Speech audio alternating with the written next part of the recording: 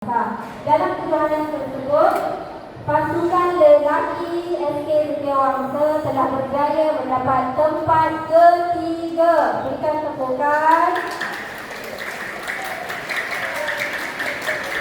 Baik, kita persilakan. Sebelum itu, saya menjemput Puan Marilan dan Encik Abdul Halim diiringi oleh Encik Ashraf bin Mukhlas bagi menyempurnakan majlis penyampaian hadiah.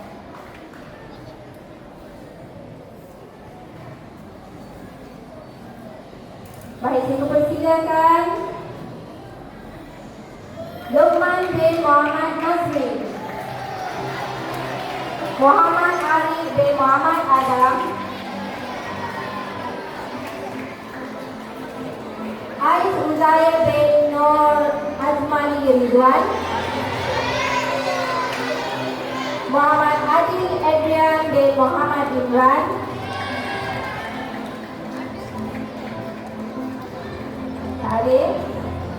Arif Daniel bin Sadun, Sabdun, Isratila,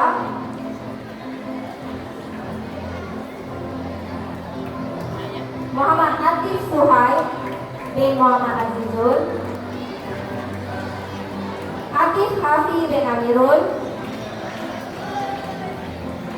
Muiz Razin bin Mazrin,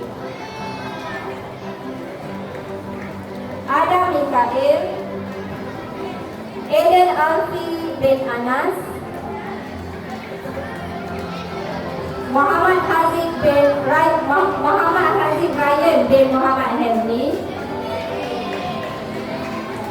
dan Muhammad Haris El-Fatih bin Muhammad Hakim. Beliau juga telah mendapat johan dalam kejohanan Sabak Donang Challenge. Berikan tepukan. Sedikit tahniah mengucapkan kepada kedua-dua pasukan lelaki dan perempuan SK Setiawangsa yang telah memperlihatkan semangat juang, disiplin dan nilai kesukanan yang tinggi sepanjang kejohanan. Penghargaan turut dirakamkan kepada 4 orang guru yang telah melatih, menyumbang tenaga dan komitmen bagi kedua-dua pasukan ini. Untuk makluman semua, 5 orang murid bola baling telah terpilih untuk mewakili daerah Keramat ke peringkat negeri pada 28 Julai nanti, iaitu Muhammad Arif, Haris El-Fatih, Luqman, Muhammad Ais dan juga Amira Sofia daripada pasukan perempuan. Semoga berjaya dalam peringkat negeri nanti dan tahniah diucapkan kepada guru-guru, jurulatih dan juga pasukan bola baling SK